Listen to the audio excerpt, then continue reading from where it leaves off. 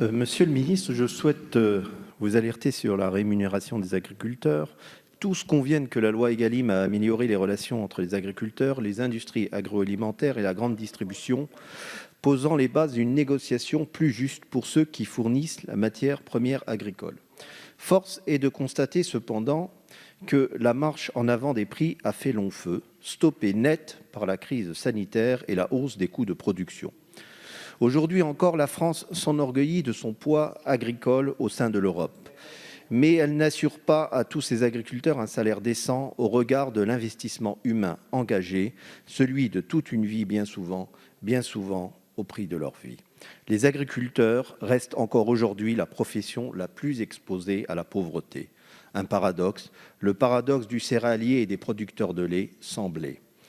Les enjeux sont multiples et touche d'abord aux conditions de la structuration de l'offre et aux règles du jeu des négociations commerciales sur les produits. Dans le contexte inflationniste que connaissent certaines matières nécessaires aux exploitants, il devient indispensable de traduire dans les faits les incitations et les intentions de la loi Égalim en rendant plus contraignante l'élaboration et la prise en compte des indicateurs des coûts de production dans les contrats.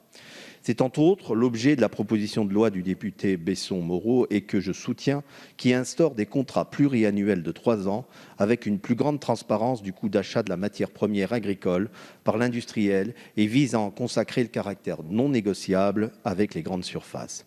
Un autre enjeu inquiète les agriculteurs des zones dites intermédiaires dans mon département de la Moselle, fait partie dans le cadre de l'élaboration du plan stratégique national de la France.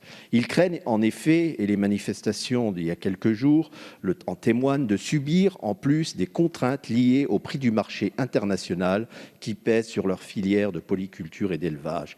Un resserrement des aides de la PAC 2023. Monsieur le ministre, je souhaiterais connaître les mesures que le gouvernement entend prendre pour garantir que, dans le cadre de l'élaboration du BSN, la réorientation des dispositifs d'accompagnement ciblés ne laissera aucune exploitation sur le bord de la route. Je souhaite également connaître l'avis du gouvernement sur les dispositions de la proposition de loi de notre collègue Besson-Moreau pour une application dès les prochaines négociations en janvier 2022. Je vous remercie.